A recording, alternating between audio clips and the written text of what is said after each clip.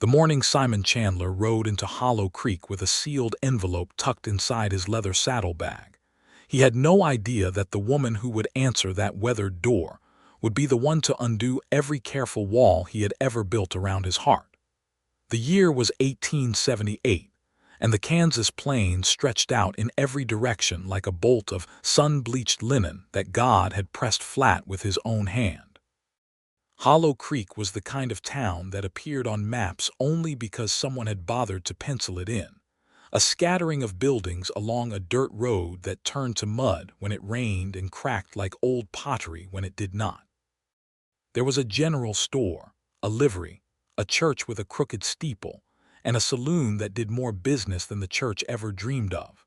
Beyond the town's thin edges, ranches spread outward into the grassland, and it was toward one of those ranches that Simon now directed his horse, a steady bay gelding he called Ridley, following directions scratched on a slip of paper by a land attorney in Wichita who had hired him for the sole purpose of this delivery. Simon Chandler was 29 years old, broad through the shoulders and lean through the jaw, with dark hair that curled slightly at the collar from the heat, and a pair of gray eyes that had a habit of going very still when he was thinking something through.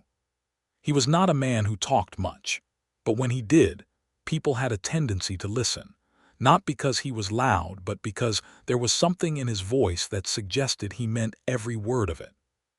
He had spent the last 6 years as a courier and occasional deputy in the counties west of Wichita, carrying documents, escorting money transfers, and doing whatever legal errands the territory's stretch-thin system of law required. It was honest work, if not particularly romantic, and it suited him well enough. He had been told the name, Susanna Garner. He had been told that she was the widow of one Thomas Garner who had died of a rattlesnake bite the previous autumn. He had been told that the sealed envelope contained a deed of significant importance and that it was to be placed in her hands alone, no proxy, no neighbor, no well-meaning someone else. Those were the attorney's instructions, written in that fussy, careful hand that attorneys always seemed to cultivate. And Simon had followed instructions faithfully enough in his career that he saw no reason to begin breaking the habit now. He turned Ridley off the main trail at the split oak tree that the directions mentioned, and the ranch came into view gradually, the way things do in flat country where distance plays tricks on the eye. First the windmill, turning slowly against the white sky. Then the roofline of the barn, dark red paint peeling in long strips. Then the house itself, a 2-story clapboard structure with a wide porch along the front and a kitchen garden along the side that was, Simon noticed even from a distance, surprisingly well kept. Rows of beans and squash and what looked like sunflowers stood in neat lines, and the fence posts around the garden had been newly patched with fresh-cut wood that was pale gold against the gray of the older boards. He dismounted at the fence post nearest the porch, looped Ridley's reins over it with the ease of long practice, and walked to the front door. He knocked twice, the sound of his knuckles on wood flat and clear in the summer quiet. There was a pause. Then the sound of footsteps from inside, brisk and purposeful. Then the door opened. Susanna Garner was 26 years old, and she had the particular look of a woman who had been through something hard, and had come out the other side of it not broken but changed, the way iron looks after it has been through a fire, darker in color but stronger in grain. She was tall for a woman of that era, with dark auburn hair pinned up in a practical knot, hazel eyes that were more green than brown in the morning light, and a dusting of freckles across her nose and cheekbones that the sun had put there, and she had apparently decided not to trouble herself about.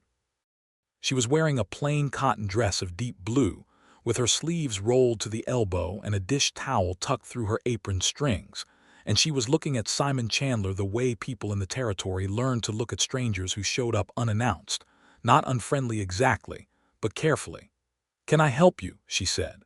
"My name is Simon Chandler," he said, reaching into the saddlebag he had carried with him from the horse. "I am a courier engaged by the law offices of Harmon and Webb in Wichita."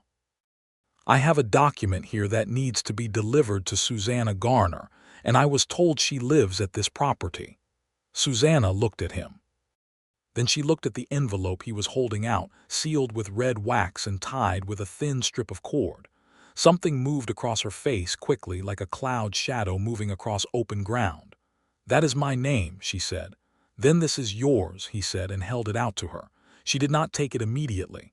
She looked at it for a moment with that careful expression, and then she looked back at his face. "Do you know what is in it?" she asked. "I do not," he said honestly.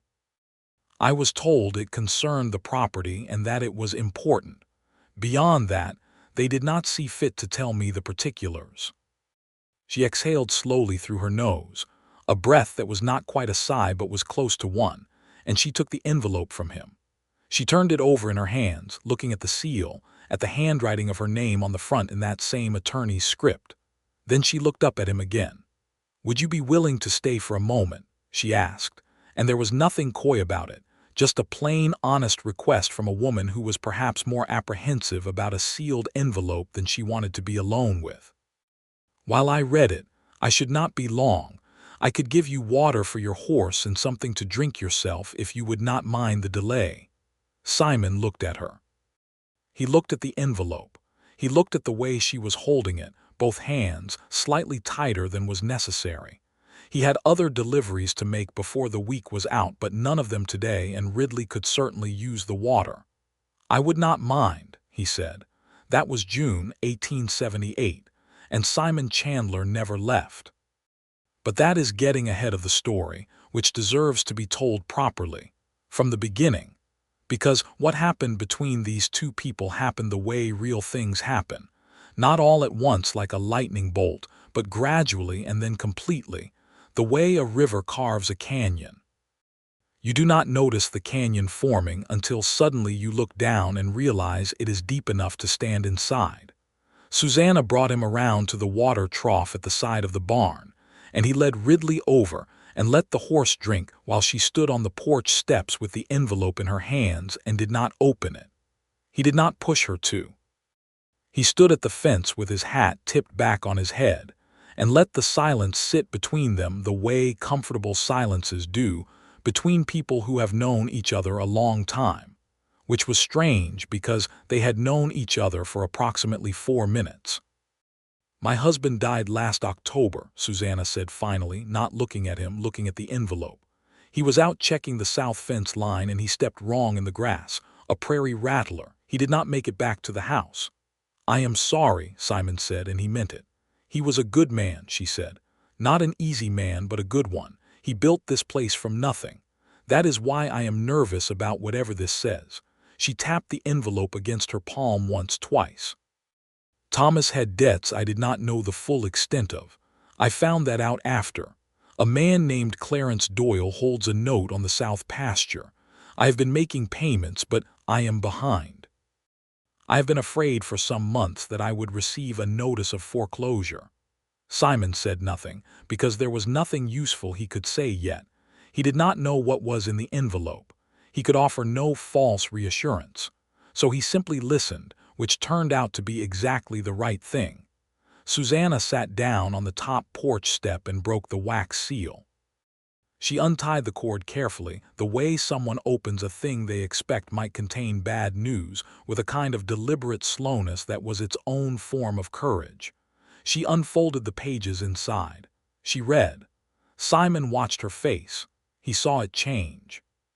He saw the tight, careful expression soften and then tighten again in a different way, not with fear but with something that looked like shock crossed with relief crossed with grief, all arriving at the same moment. Her eyes moved down the page and her lips pressed together, and then she pressed the back of one hand against her mouth and sat very still. He waited. "You really do not know what this says?" she asked without looking up. "I truly do not," he said. She lowered her hand and looked at him then, and her eyes were bright in a way that was not quite tears but was close.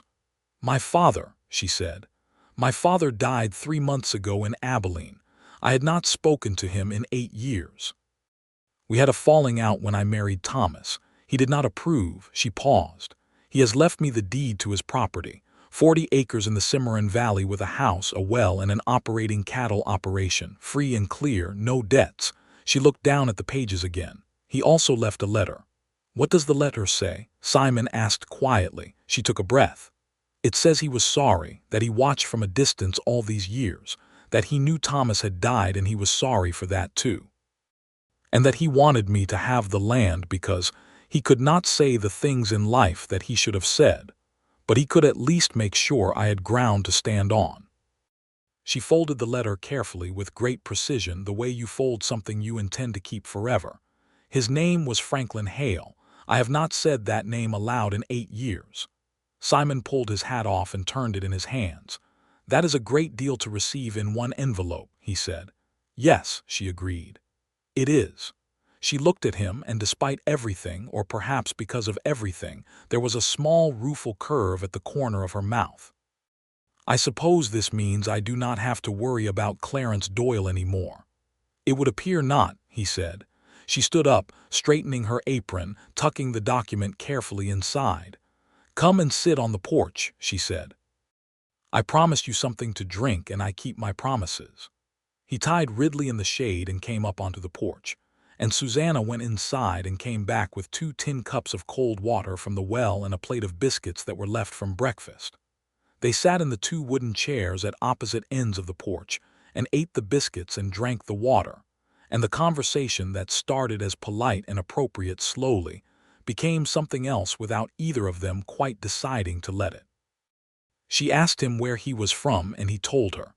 A small town in Missouri that was not worth naming, a father who had been a carpenter, a mother who had died young of fever, 2 brothers scattered west.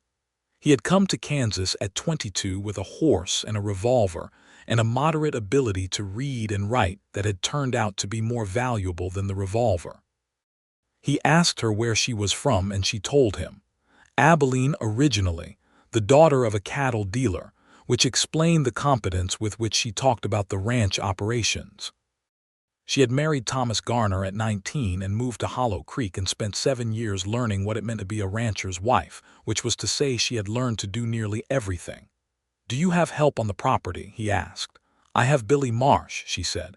He is 17 and works for board and a wage. He is good with the horses and willing enough, but it is a lot for 2 people. Simon looked out at the property. The barn needed work. The fences he could see from the porch were serviceable. The house was maintained. The garden was more than maintained. He could see the effort in all of it, the continuous labor of someone who had decided that this place was worth keeping and was keeping it by the sheer force of their will. This property in the Cimarron Valley your father left you, he said. What will you do with it? She was quiet for a moment. I do not know yet, she said honestly. I have not had an hour to think about it. I have been so focused on this place that the idea of anything else is, she stopped. I suppose I need to go see it. That would make sense, he agreed. She looked at him sideways. How long are you in Hollow Creek? I pass back through Wichita at the end of the week, he said.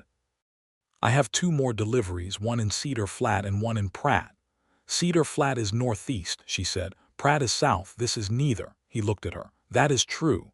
You could have continued on without stopping, she said. The document was delivered. Your job was done. You asked me to stay, he said simply. She held his gaze for a moment, and then she looked away at the plain, and he saw that small curve at the corner of her mouth again. So I did, she said. Thank you for that. He left that afternoon. He had not lied about the deliveries. He made them efficiently, spending the night in Cedar Flat at the rooming house above the dry goods store, lying on a thin mattress and looking at the ceiling and thinking about a woman with auburn hair and hazel eyes sitting on a porch step, holding an envelope like it contained both a wound and its own cure, which in a way it had. He rode into Pratt the next day and made his delivery and settled accounts with the attorney's offices by telegraph wire from the Pratt telegraph office, a small miracle of modernity in an otherwise thoroughly unmodern landscape. He ate supper at the boarding house there and told himself that he was not going to ride back through Hollow Creek. He had no business there. He had a circuit to maintain, other clients, A life that moved through place the way water moved through a channel. He rode back through Hollow Creek the following morning. He told himself it was practical. The Hollow Creek Road was the fastest route back to the main trail north to Wichita. He told himself this firmly and with conviction, and only noticed the degree to which he was lying to himself when he turned Ridley off the main trail at the split oak tree without making any decision to do so. The windmill, the barn, the house. He knocked on the door. Susanna answered it more quickly this time, and when she saw him, something in her face did a thing that she immediately tried to make it stop doing, a flash of something warm and surprised before the careful expression came back. "Mr. Chandler," she said. "Simon," he said, "if you would not mind." "Simon," she said. She leaned in the doorframe. "I thought you were through." "I was going north," he said. The Hollow Creek Road is not the fastest route north from Pratt," she said pleasantly. "The Larkin Trail is." He was quiet for a moment. "Yes," he said, "I know." She looked at him for a moment, and then she stepped back and opened the door wider. "Come in," she said. "I made coffee." The inside of the house was exactly what he expected from the outside, clean and practical, and full of small, careful touches that spoke of a woman who valued beauty, but was not willing to let it be a luxury. There were curtains at the windows in a faded yellow check, a braided rug on the plank floor, a shelf of books above the fireplace that he looked at because he could not help looking at books. He saw a Bible, a book of poetry by Longfellow, a dog-eared almanac, and 3 novels whose spines he could not read from where he stood. She poured the coffee, and they sat at the kitchen table, which was big and square, and had the look of a table that had seen a great deal of life happen over it. He noticed that she had the deed document spread out on the far end, annotated in a small, neat hand. "You have been studying it," he said. "All yesterday and half of today," she said. "The Cimarron Valley property is more substantial than I first understood. There are 40 acres of usable pasture land. A house the attorney's letter says is in good condition, 2 wells, and an existing herd of 23 head that has been maintained by a caretaker named Mr. Orrin Watts for the 3 months since my father died." "That is a real operation," Simon said. "It is," she agreed. "The problem is that it is 3 days' ride from here, and I cannot abandon this place." She wrapped both hands around her coffee cup. "But I also cannot run 2 properties. I am barely keeping this one above water as it is, even with Billy Marsh." "What does the attorney say?" "That I have until the end of September to make a decision about the Cimarron land. If I do not claim it and establish residency or make arrangements for its management, there are other claims that could be brought. My father had a business partner, a man named Gerald Prout, who apparently expected to inherit the land himself. The attorney says he is likely to contest." Simon set down his cup. "Then you have roughly 3 months to solve the problem." "Yes," she looked at him. "I do not suppose you know anything about property law." "Not much," he said. "I know enough to know that a properly filed deed in your name should stand against a contest provided you have not defaulted on any of the terms." He paused. "Do you have representation, a lawyer?" "Not in Hollow Creek. The nearest lawyer who handles property matters is in Wichita, which is where Harmon and Webb are." "I know them," he said. "They are a reputable firm. If you write to them directly and indicate you are claiming the Cimarron property and will establish management within the allotted time, that should be sufficient to begin."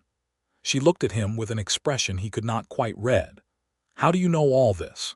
6 years of delivering documents that I was not supposed to read, but that I sometimes needed to understand in order to deliver correctly," he said.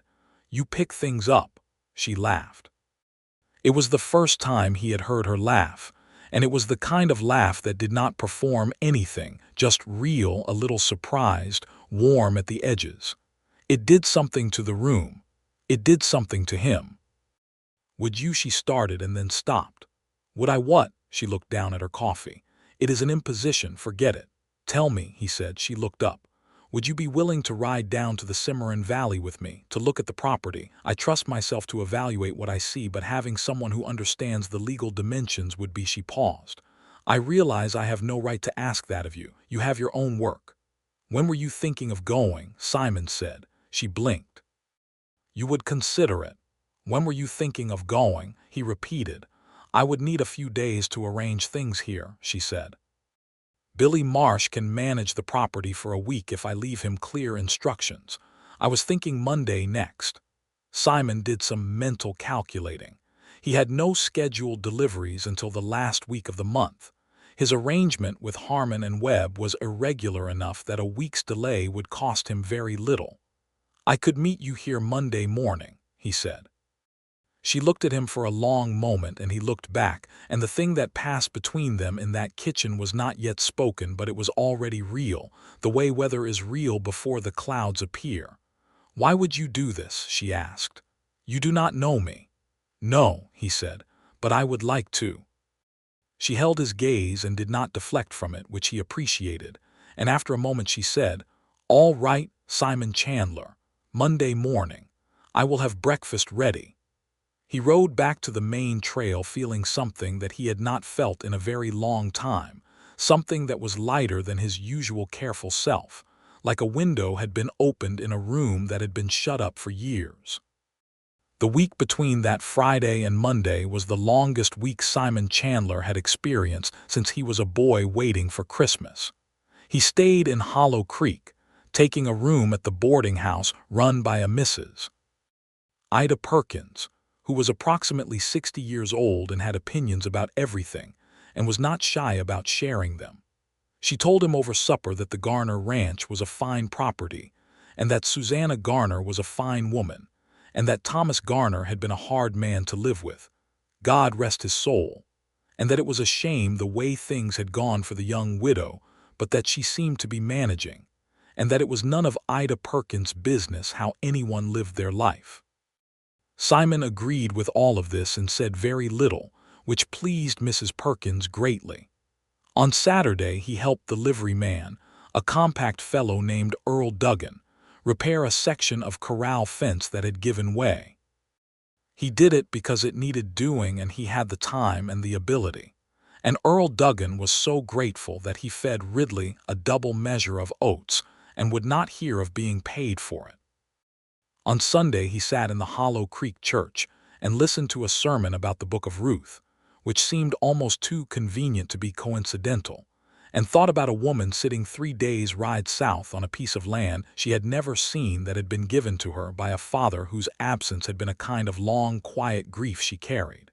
He thought about the way she had folded that letter, with great precision, the way you fold something you intend to keep forever. Monday came.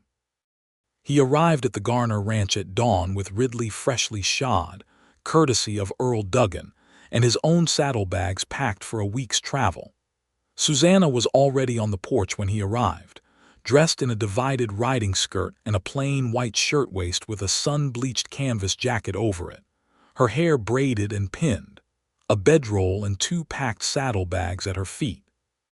Billy Marsh, a lean young man with a considerable quantity of freckles and an earnest manner, stood beside her looking both proud and slightly anxious. Billy knows what needs doing, she told Simon as she secured her bags to her horse, a sturdy gray mare she called Della. He has the list. He knows where to find me if there is a real emergency, though I hope there is not. There will not be, Miss Susanna, Billy said with great conviction. She put her hand briefly on his shoulder. I know, she said. Thank you, Billy. They rode south as the sun came fully up and the Kansas plain went golden around them. The first hour was comfortable in a quiet way, both of them settling into the rhythm of travel, talking intermittently about practical things, the route, the weather, the state of the roads. But by mid-morning the conversation had deepened, the way it does when 2 people are moving through open country together, and there is nothing to distract them from each other. She told him more about her father, haltingly at first and then more freely, the way old grief comes out when it finally has room. Franklin Hale had been a proud man, not cruel, but with a pride that made him inflexible at the wrong moments.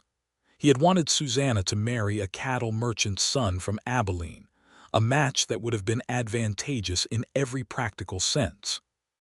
When she had chosen Thomas Garner instead, a man with a dream and $200 and a piece of land he had not yet fully earned, her father had called it foolishness, and she had called it love, and they had both been partially right and entirely unable to say so to each other. "Did you love Thomas?" Simon asked. He would not usually have asked something so direct. There was something about riding beside this woman across open ground that made him less careful than usual about the distance he kept between himself and other people. She was quiet for a moment. A meadowlark sang from a fence post and was gone. "Yes," she said, "not the way I imagined love when I was young. It was harder than that and quieter than that, but yes." She glanced at him. "You asked that directly." "I did," he said. "I apologize if it was too direct." "It was direct," she said, "but I do not think it was too much so. I find I am tired of conversations that go around things." She looked back at the horizon. "What about you?" "Have you loved someone?" "Once," he said. "A long time ago. It did not come to anything." "What happened?" "She was engaged to someone else," he said. "I did not know that when it started. When I found out, I left. It was the only honorable thing to do." "That sounds lonely," she said. "Yes," he agreed simply. "It was." They made camp that first night on the bank of a creek, the cottonwoods overhead sighing in the evening breeze. Susanna built the fire with a competence that told him she had done this many times, and he unpacked the food supplies, and they ate salt pork and cornbread, and drank the strong coffee she brewed in a small tin pot that she clearly considered essential traveling equipment. The sky came down around them, vast and dark and scattered with stars that were far brighter here than anywhere a town had been built, and they talked until late in the way that travelers do when the darkness makes honesty easier. He told her about his brothers, James, who was farming in Colorado, and Patrick, who had gone to California on a gold claim that had not panned out and was now working in a cannery in San Francisco. He told her about a winter he had spent snowed in at a relay station outside Dodge City with 3 other men, and a copy of the complete works of William Shakespeare, and how he had read the whole thing twice out of desperation and come out the other side a convert. She laughed at that and told him about the Longfellow on her shelf, how Thomas had never understood her attachment to it but had not objected, how she sometimes read it on the porch in the evenings, the poems about loss and longing that made the plains feel less enormous. "Which poem do you read most?" he asked. She thought about it. "The one about the ships. How we send our hearts out into the world and wait for them to come back to us. I cannot always quote it precisely, but I know what it means to me." "Ships that pass in the night," Simon said quietly. She looked at him. "Yes," she said softly, "that one." The fire crackled between them, and they were quiet for a while, not because there was nothing to say, but because what was forming between them was still too new and too valuable to risk with too many words. He was aware of her presence across the fire with a specificity that he had not felt about anyone in years. The way the firelight moved across her face, the way she sat with her knees drawn up and her arms around them, entirely at ease in the world, entirely herself. They slept on opposite sides of the fire with propriety, and woke to a pink sunrise that turned the creek rose gold. And Susanna made coffee before the dew had lifted and handed him a cup without ceremony. And that small domestic gesture in the middle of the Kansas wilderness felt like something important. On the second day the land changed, the flat plain giving way to gentle rolls and then to the deeper folds that marked the beginning of the Cimarron country, the grass going taller and darker, the wildflowers more abundant, the air slightly cooler. They crossed a river at a ford that came up to Della's Knee and Ridley's Hock, and on the other side the land opened out into a valley that made both of them slow their horses without speaking. It was beautiful. There was no other word for it. A wide, shallow valley cradled between 2 long ridges, with a creek running silver through the middle of it and cottonwood trees in a thick row along the creek's edge, and further up the valley, a cluster of buildings that resolved themselves as they rode closer into a house, a barn, several outbuildings, and a corral with cattle grazing in the pasture beyond. "This is it," Susanna said, very quietly. "Yes," Simon said. He could see it on her face, the recognition, the complicated emotion of seeing something that belonged to a part of her life she had closed a door on, something that her father had built and had given to her in the only apology he had known how to make. Her jaw was set, but her eyes were doing that bright thing again, not quite tears but close. They rode up to the house and were met at the gate by Orrin Watts, the caretaker, a man of approximately 50 with a wide, weathered face and the slow, careful movements of someone who had lived most of his life outdoors. He had been notified by the attorney that Susanna was coming, and he received her with a dignity that was touching, showing her around the property with a thorough pride that was clearly the pride of someone who loved the land he had been trusted to keep.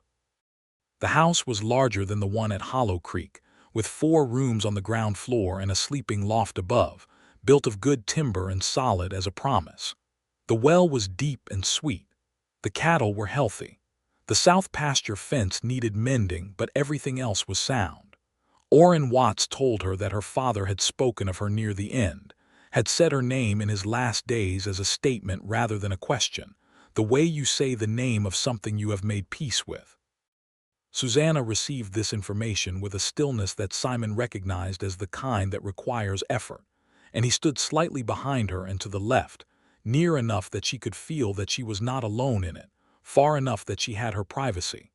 That evening, Orrin made his camp in the bunkhouse, which was his custom, and Susanna and Simon sat on the porch of her father's house in the warm Cimarron evening, and she said, "I think I need to keep both properties." He looked at her. Both. The Hollow Creek place was Thomas's, she said. His work, his dream, I cannot sell it. It would feel like erasing him. But this, she gestured at the valley. This is my father asking to be forgiven. I cannot sell that either. She looked at him. Does that make any sense? Perfect sense, he said. The problem is that I cannot run both, she said. Not alone, not with just Billy Marsh on one end. What would you need, he asked. On this end, someone who knows cattle, she said. Orrin would stay on, I think, if I asked him. He seems devoted to the place, but I would need a foreman. Someone who could manage the day-to-day and report to me, whether I was here or at Hollow Creek. That is solvable, Simon said. What about the legal contest from Gerald Prout? I spoke with Orrin about that today. He said Prout visited twice in the 3 months since my father died and both times left angry. Orrin believes he has no real legal claim, but that he is the type of man who will manufacture one if given time. She folded her hands in her lap. So I need to file my claim properly and quickly. Write to Harmon and Webb first thing tomorrow, Simon said. Give them specific instructions to file the deed and establish your residency claim. If you can get a letter out from Cimarron Crossing, the stage will carry it to Wichita within the week. He paused. I can also write to them on your behalf if you would like a second letter confirming the delivery of the deed and your intentions. She looked at him. You would do that. I am still technically employed by them for this assignment, he said. A note from their courier stating that the deed was properly delivered and the recipient is actively claiming the property would be standard documentation. Simon, she said, I keep asking you for things that are beyond what I have any right to ask for. I keep offering them, he said. She was quiet for a moment and the valley settled into its evening sounds, the creek murmuring, a night bird calling somewhere in the cottonwoods. Why? She asked, and there was nothing coy in it, just a genuine question. He looked at her steadily. Because I think you are the most capable and most honest person I have met in 6 years of meeting people all over this territory, he said. And because when I am sitting here with you it is the first time in a long time that I feel like I am somewhere I am supposed to be, rather than just somewhere I am passing through. The silence that followed was not empty. It was full of something that needed a moment to settle, and they both allowed it. The stars came out above the Cimarron Valley, the same stars they had seen from the creek bank 2 nights ago, and the first night's fire, and from wherever they had each been in all the years before this particular June. I feel that too, Susanna said finally. Her voice was low and steady. I want to say I do not because it is too fast and I have been a widow for 8 months and I do not know you well enough yet, but I feel it. You do not have to do anything with it, he said. I am not going anywhere in a hurry. She turned to look at him fully. Are you not? You have a circuit, deliveries, a life that moves. I have a circuit and deliveries and a life that has been moving long enough, he said. I think it might be ready to stop somewhere for a while. They did not say anything more about it that night. But when she went inside and he spread his bedroll on the porch to sleep under the stars, she came back to the door and said, "Good night, Simon." And the way she said his name, with that particular quality of something acknowledged between them, was enough for the moment. They spent 4 days at the Cimarron property. Susanna walked every inch of the 40 acres, spoke at length with Orrin Watts, made notes in a small leather-covered book she kept in her jacket pocket, and emerged with a plan that was clear and detailed and sensible. She would hire Orrin as formal foreman at a fair wage. She would hire 2 additional ranch hands, which the operation would support if managed properly. She would spend 3 months of the year at the Cimarron property and the rest at Hollow Creek, rotating as needed and eventually building up both operations until she had enough income to hire a full-time manager for one of them. Simon wrote the letter to Harmon and Webb and she wrote hers, and they sent both from Cimarron, crossing on the 3rd day, riding the 8 miles to the small town together in the mid-morning, and stopping at the general store afterward where she bought coffee and hard candy and a length of blue ribbon that she wrapped around her wrist absently while they talked. He noticed the ribbon. He noticed many things about her. The way she talked to Orrin Watts with the same directness she used with everyone. No condescension, no performance, just clear communication between people who respected each other's competence. The way she approached every problem by first identifying what she knew and what she did not know before deciding what to do.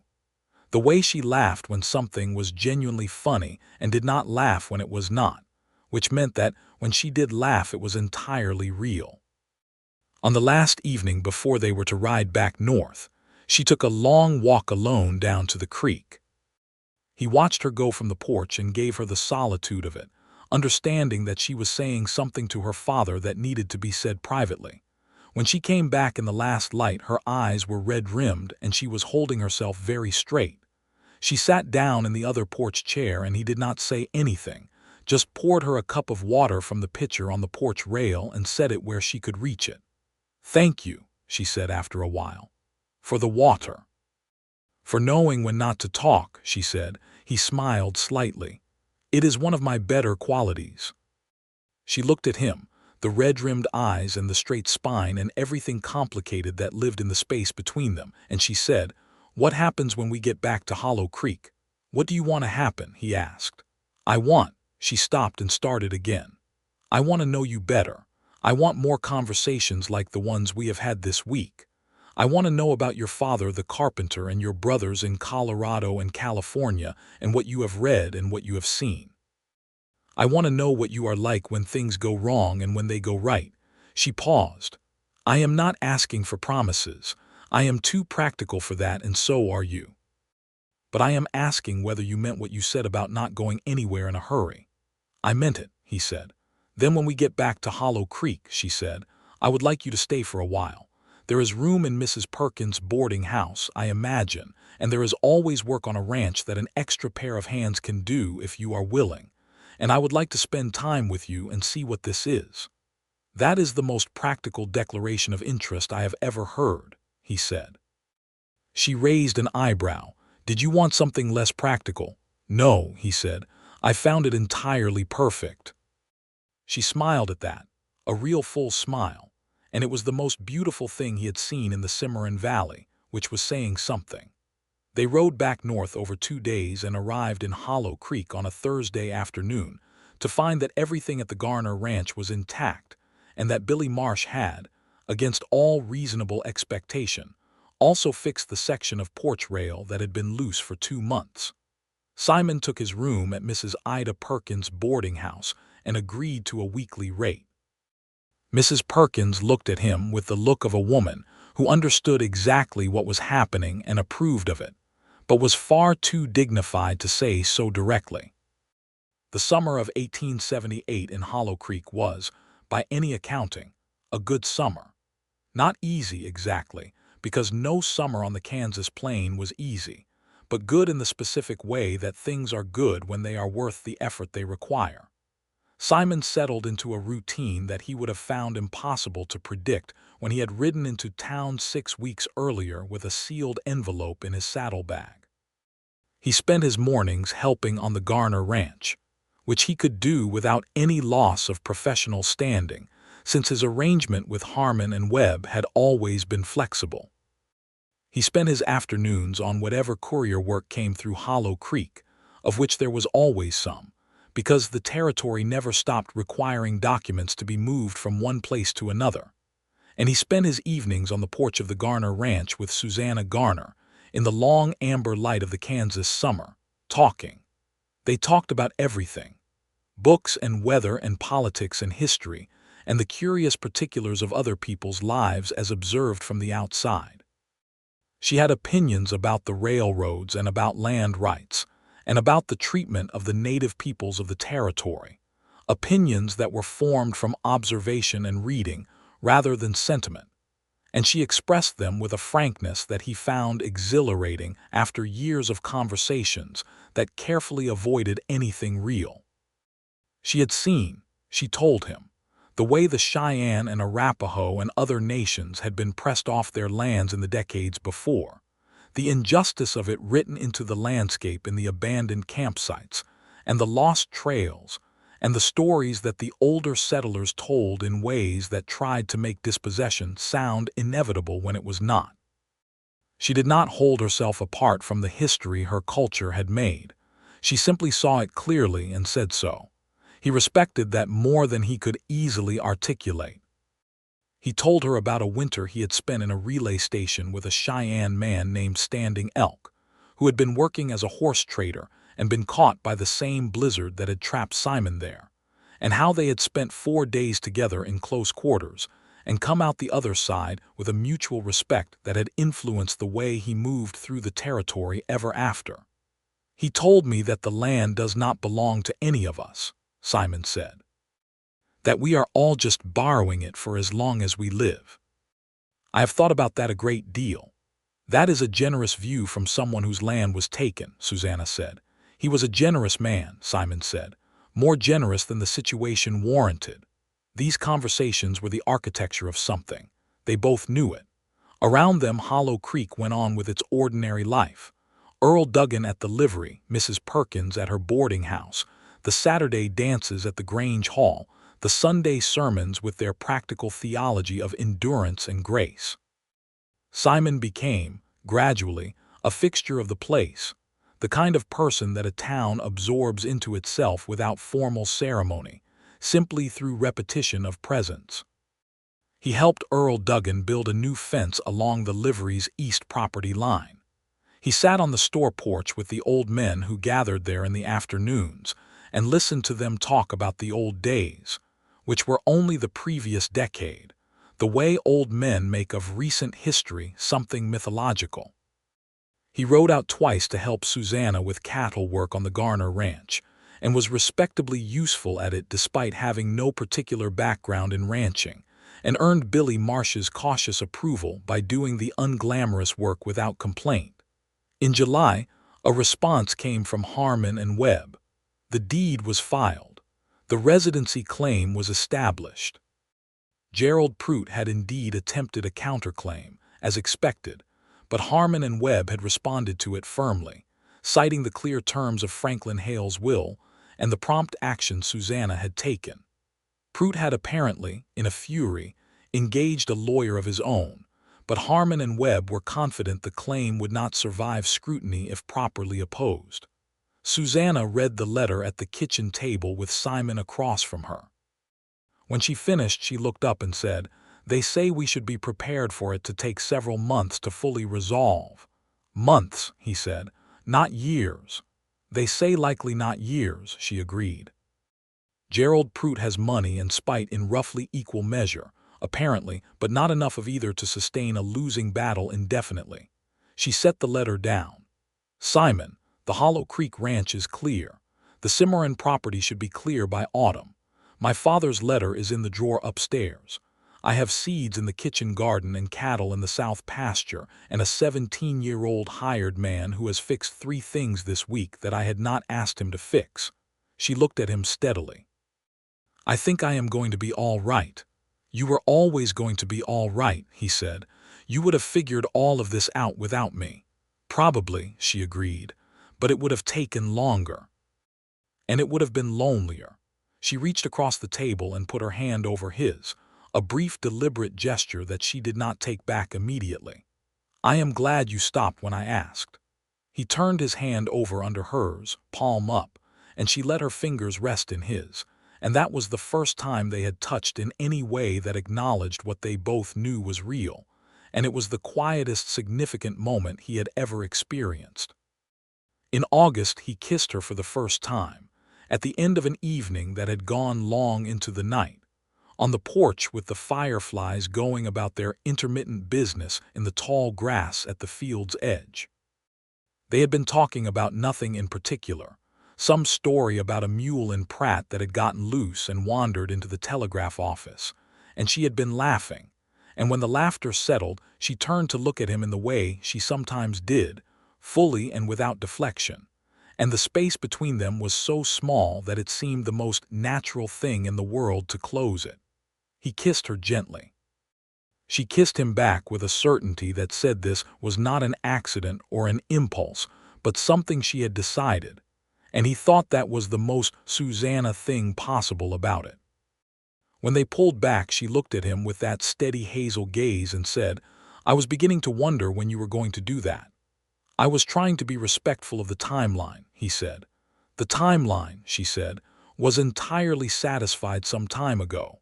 He laughed and she laughed, and the fireflies went on with their business indifferently. The autumn arrived in Kansas the way it always did, quickly and without much negotiation, the heat breaking overnight into a cooler clarity that turned the grass gold and made the mornings sharp with the smell of dried leaves and turned earth. Susanna made her first trip to the Cimarron property after the harvest was in at Hollow Creek, bringing Billy Marsh with her to compare the operations and learn the difference in climate and soil between the 2 places, which she thought would be useful education for a young man who was turning into a genuinely good ranch hand. Simon rode with them. Nobody suggested that he should not. Orrin Watts had hired 2 additional hands as Susanna had arranged, young brothers named Caleb and Daniel Freed, who were from Missouri and had come west that spring looking for work. They were 20 and 22, respectively, capable and good-natured, and they had taken to Orrin's direction with a willing ease that spoke well of all 3 of them. The Cimarron property in autumn was even more beautiful than it had been in summer, the cottonwoods along the creek a burning yellow gold, the valley a deep amber that made the whole place look lit from inside. Susanna walked the property with Caleb and Daniel, while Billy tagged along asking questions about the cattle operation, with a seriousness that made Susanna smile with maternal affection, despite the fact that she was only 9 years older than him. Gerald Prout had sent a final legal challenge through his lawyer in early September, and Harmon and Webb had answered it comprehensively. By the time Susanna rode into the Cimarron Valley that October, the response from the court in Wichita was already waiting. The claim was dismissed. The Cimarron property was entirely and without contest hers. She stood in the yard of her father's house and read the notice, and then she folded it and put it in her jacket pocket and stood very still for a moment with her head bowed. Simon stood nearby and waited. After a moment she looked up. "It is done," she said. "It is done," he agreed. She came to him then, not dramatically, just walked the few steps between them and put her arms around him with a completeness that was not distress but relief. The release of a tension she had been carrying since June, since before June, since October of the previous year when she had been left alone with a ranch and a collection of unknown debts and a life that required rebuilding from its foundations. He put his arms around her and held her properly. the way he had wanted to for months, and they stood in the Cimarron yard with the cottonwoods burning gold around them, and neither of them said anything because there was nothing that needed to be said. It was in the Cimarron house that evening, after Orrin and the Freed brothers had gone to the bunkhouse, and Billy Marsh had fallen asleep in the loft with the easy unconsciousness of a teenager, that Simon said what he had been working his way toward since June. They were at the kitchen table with the lamp lit and the coffee cooling between them, and he said, "I need to tell you something." She looked at him, steady as always. "I do not want to be a courier anymore," he said. "I have wanted to stop for 2 years, but I did not have a reason to, or rather I did not have a place to stop at. This territory is full of people passing through. I have been one of them for 6 years." He looked at the table.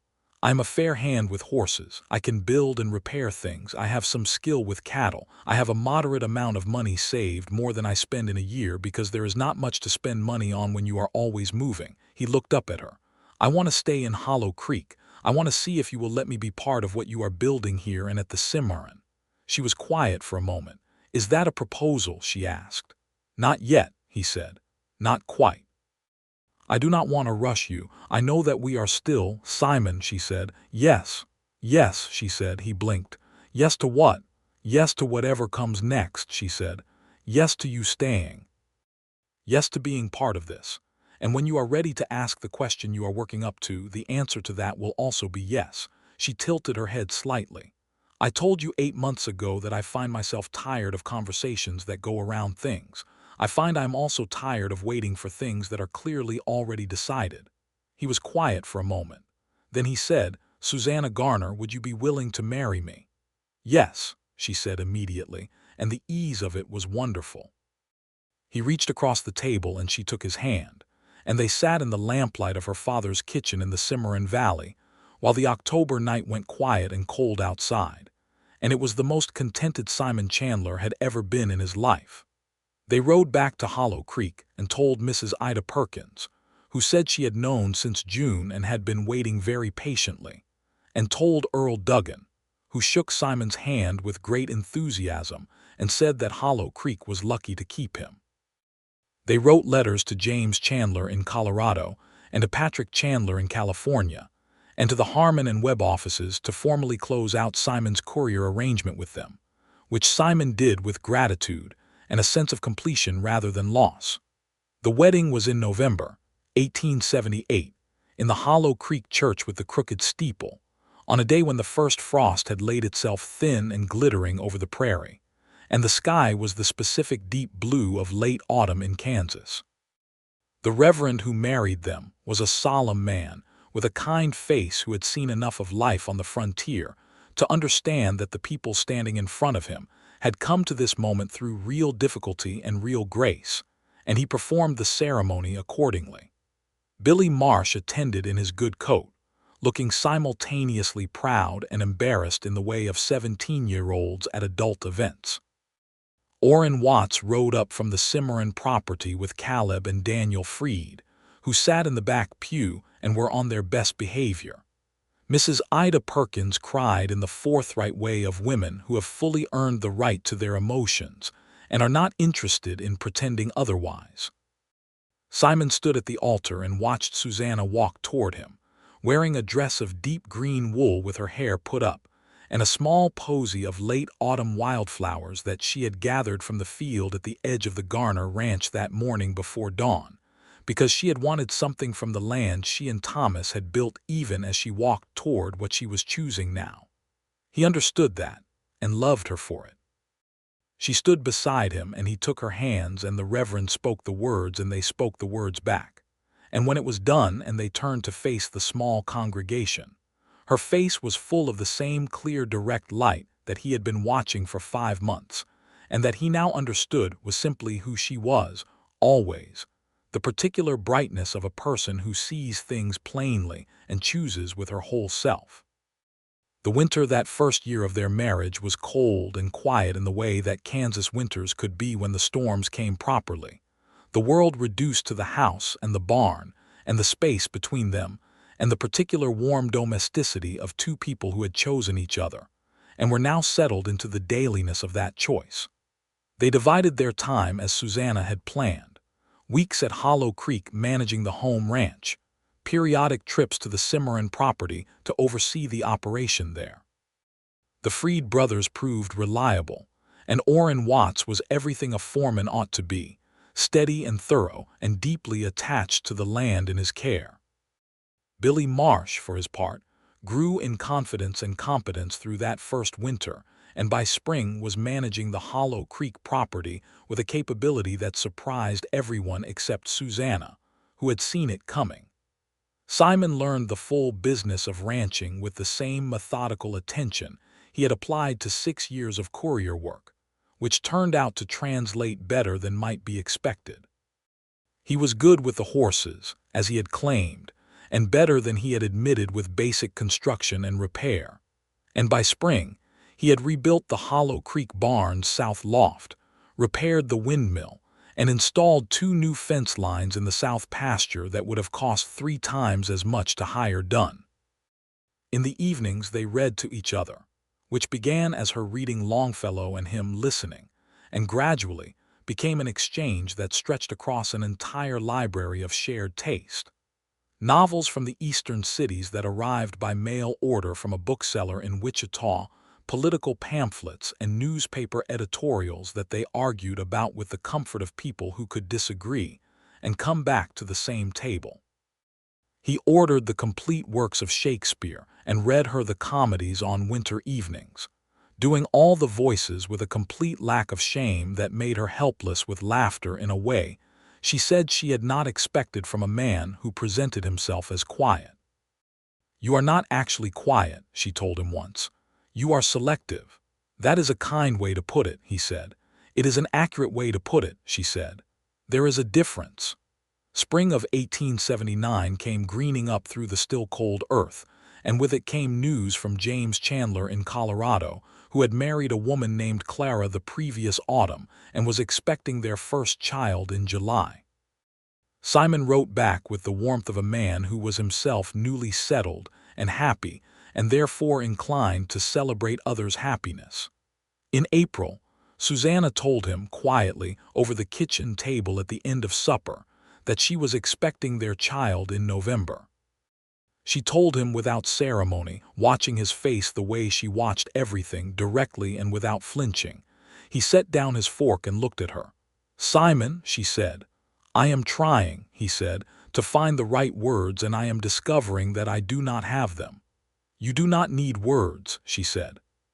He got up from his chair and came around the table, and she stood up, and he held her with the same completeness as the day in the Cimarron yard, and she put her hand against his chest and felt his heart, and his heart was doing something undignified and wonderful. "Are you all right?" he asked against her hair. "I am very well," she said. "I am happy, Simon. I want you to know that. Whatever comes, I am happy." He pulled back to look at her face. "So am I," he said. It was simple and it was complete. The spring and summer of 1879 moved at their own pace, the ranch thriving, the Cimarron operation sending its first full season's profit to Susanna's account in the Hollow Creek Bank, Gerald Prout having apparently accepted his defeat and moved his attentions elsewhere.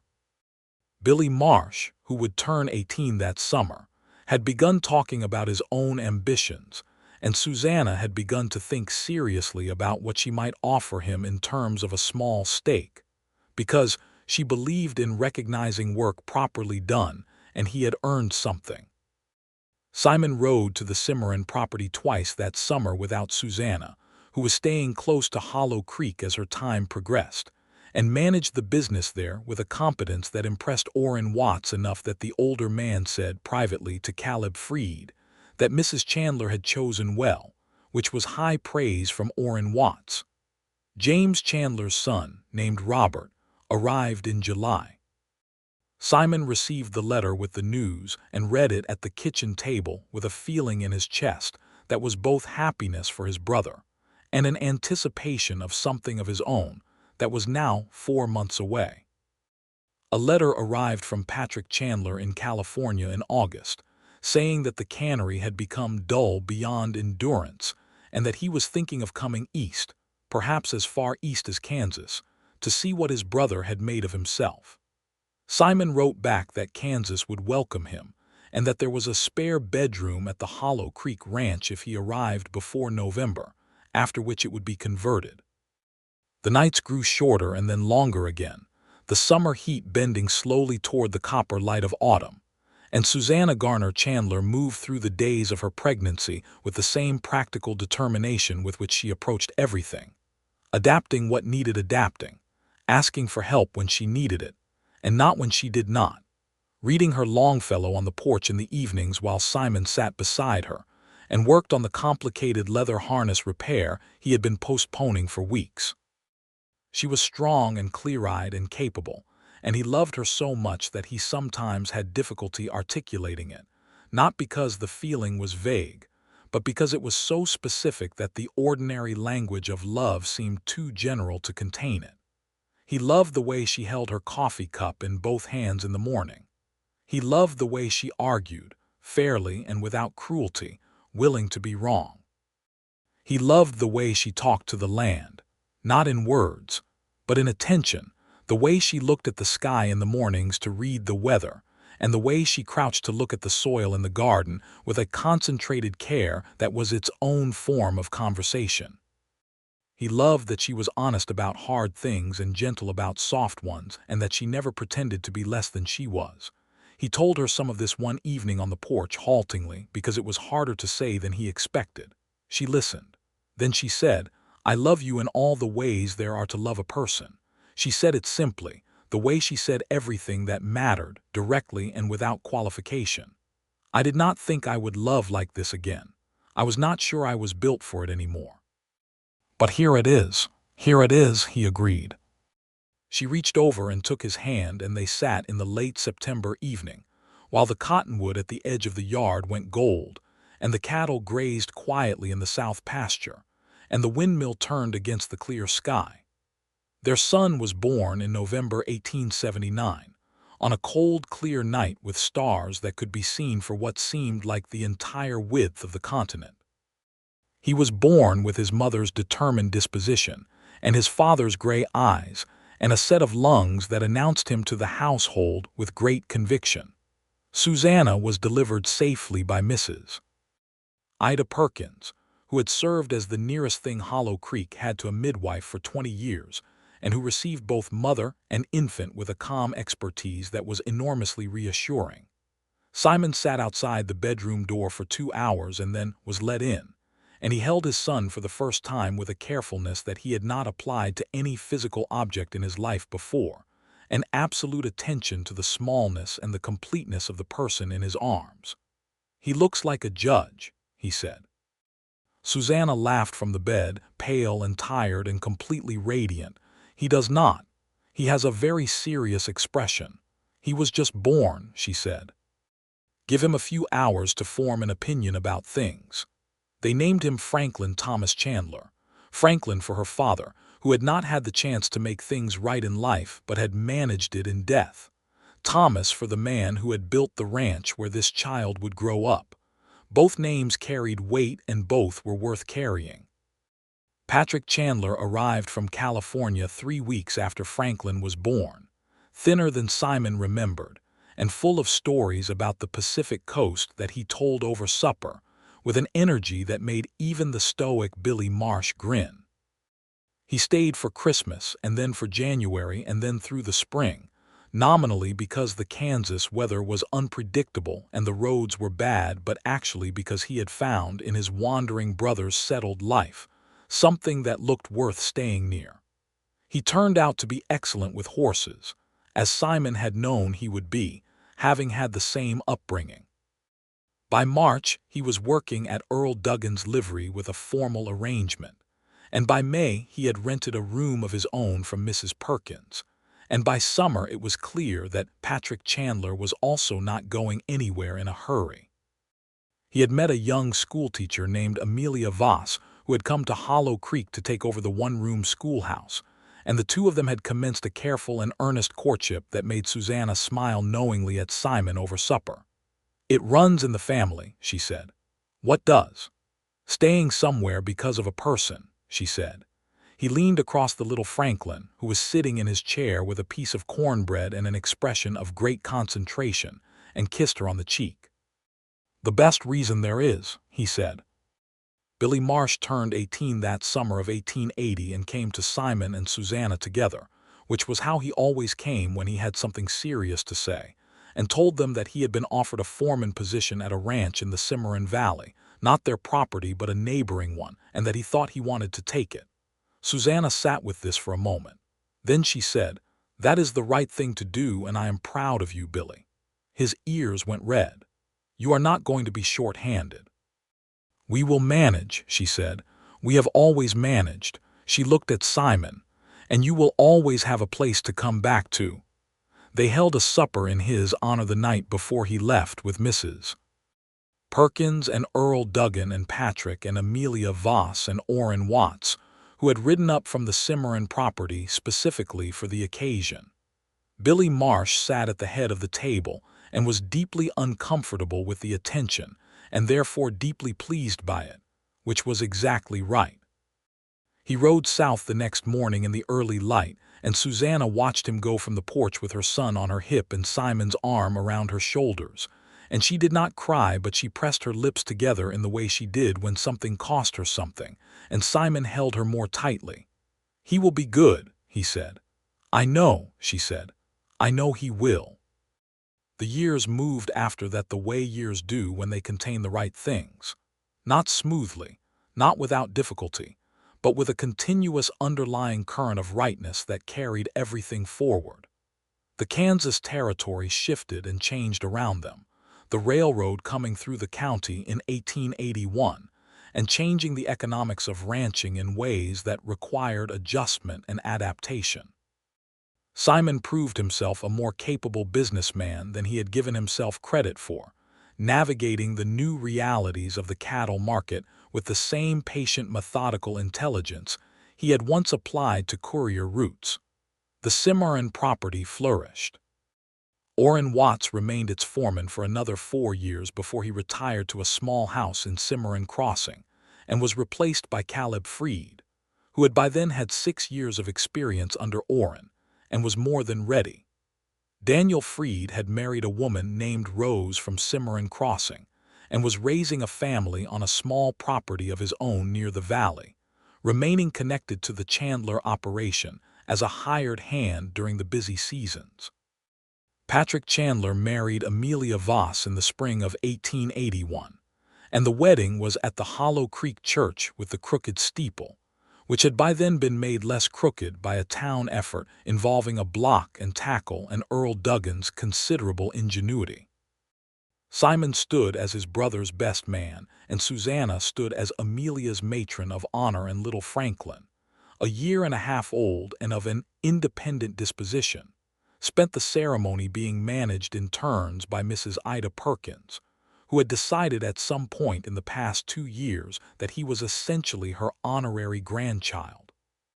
The courthouse at Wichita confirmed in 1882 that the combined value of the Garner Ranch and the Cimarron property, under their management, had grown by nearly 40% over 4 years, which was the kind of number that got mentioned in the kind of newspaper articles that described the opportunities of frontier life.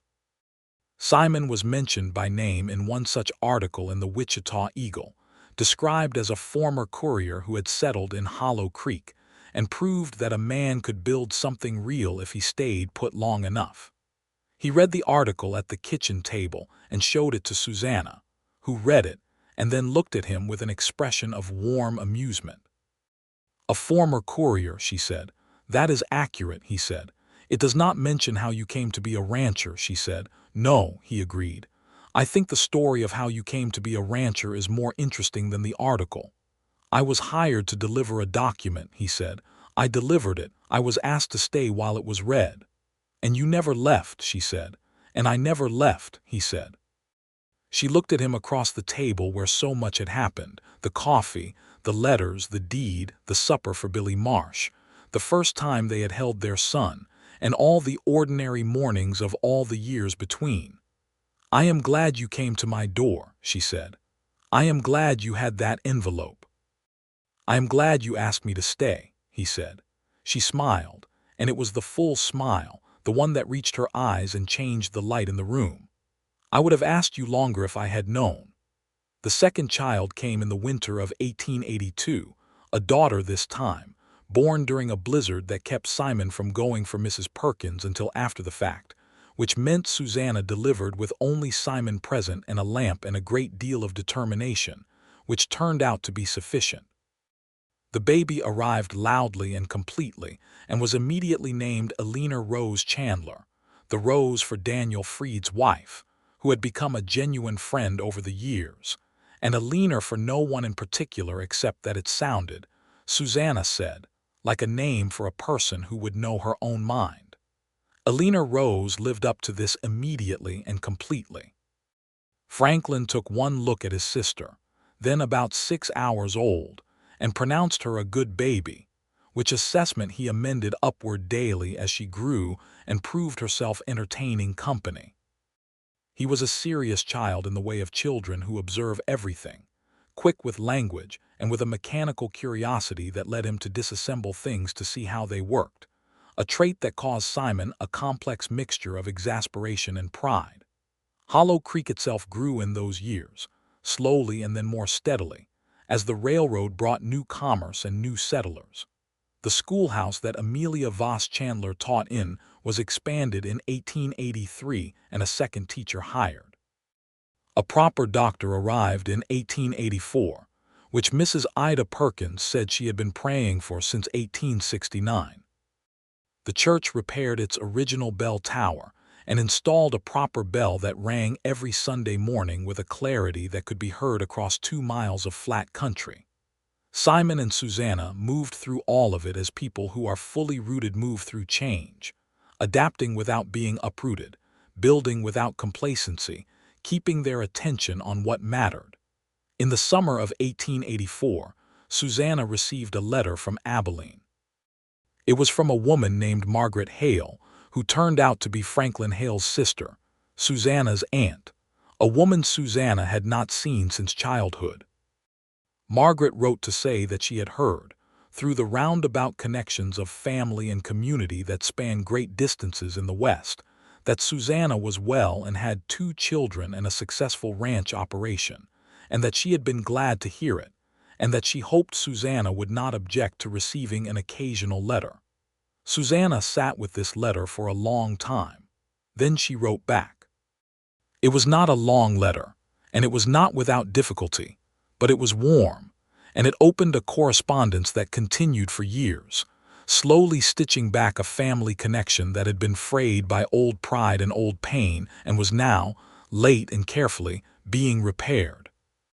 "You are very good at keeping things," Simon said to her once, watching her write another letter to her aunt. "What do you mean?" she said without looking up. "The letter from your father," he said. "The deed, the ribbon." He nodded at the blue ribbon she still kept, wound around a small wooden spool on the shelf above the kitchen window. "You keep the things that matter." She looked up then. "I had a lot of practice letting things go," she said. "I know the difference now." He sat down across from her. "What is the difference?"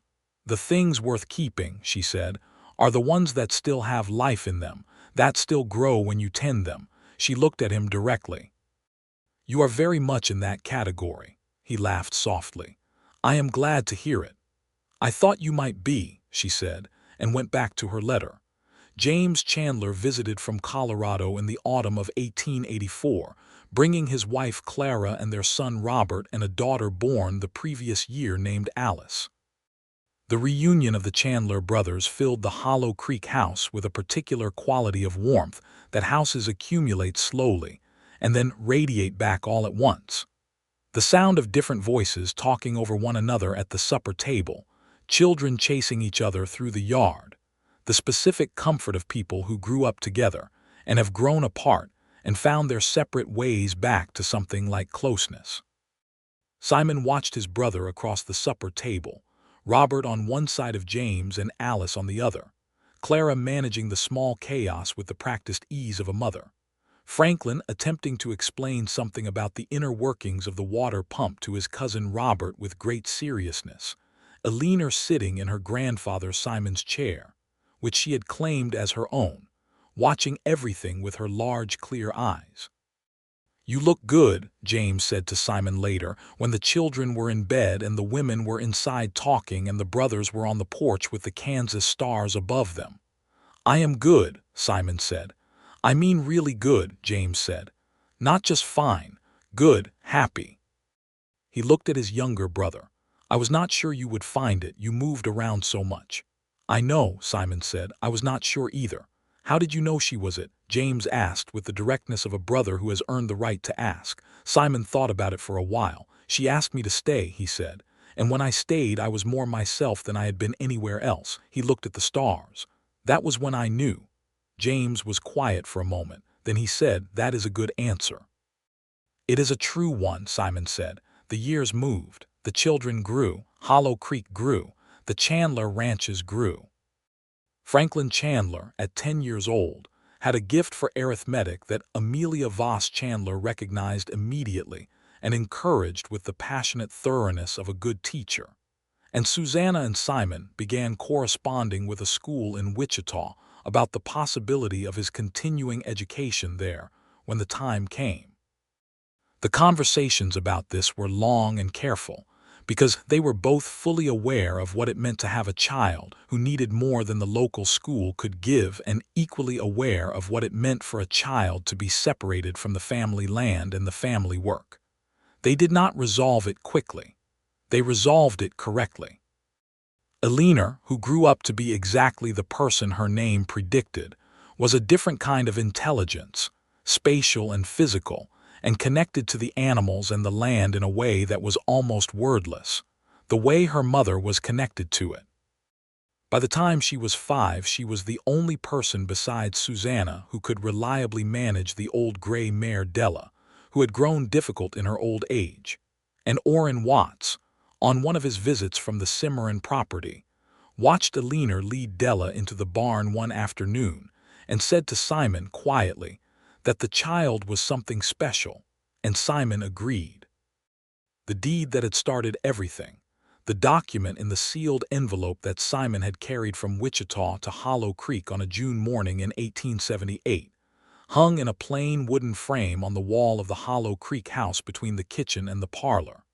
Not the original, which was in a proper deed box in the bank, but a copy that Harmon and Webb had sent when they filed the original, which Susanna had framed herself with the simple directness with which she did everything. People who visited and did not know the story sometimes asked what it was. Susanna would tell them briefly, a land deed, the beginning of something.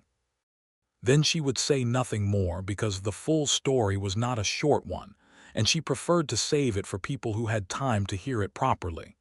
Simon, if asked, would say the same, a land deed.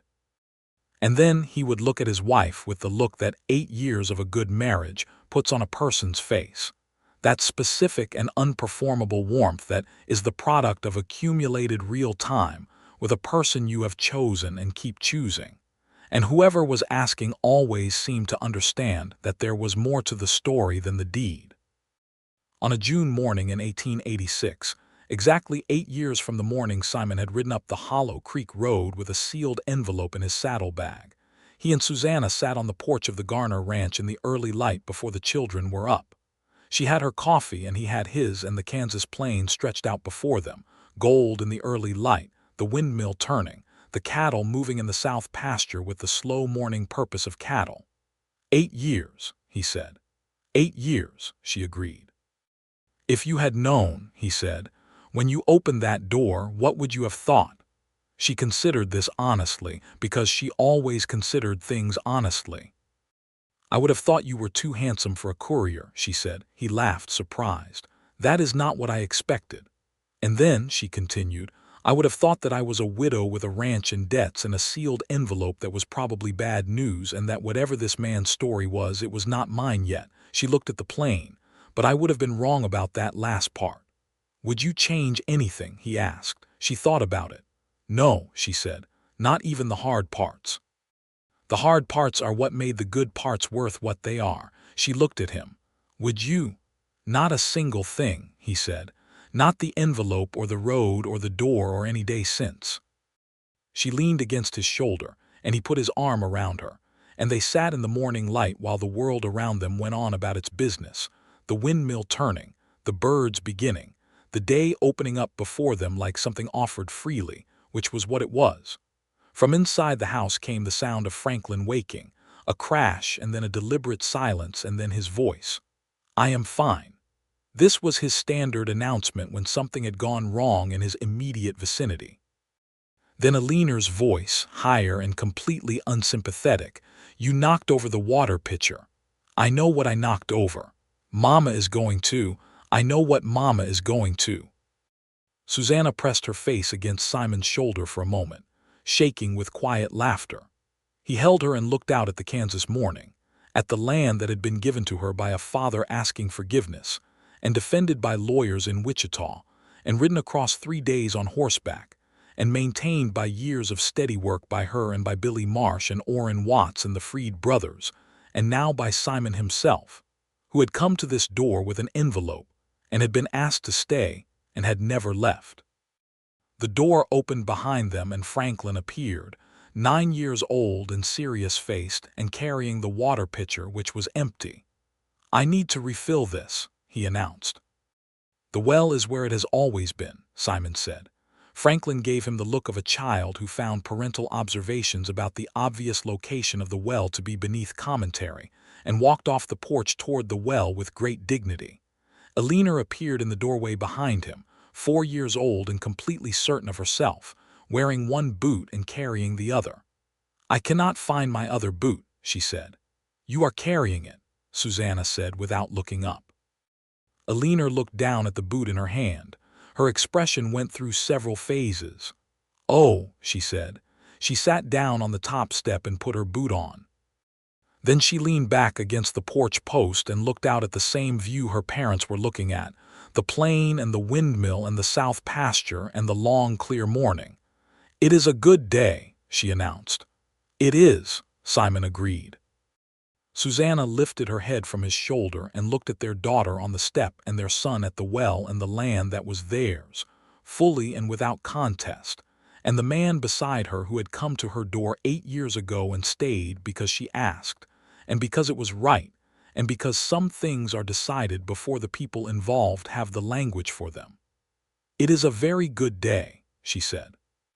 The Kansas morning light moved across the plain the way it always did, steady and ancient and entirely indifferent to the small human dramas happening in its reach, the way good light is.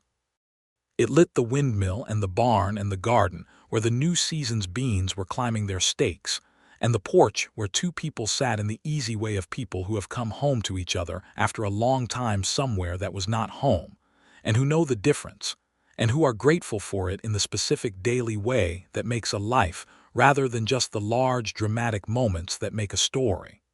Though this, too, was a story, and it was a good one.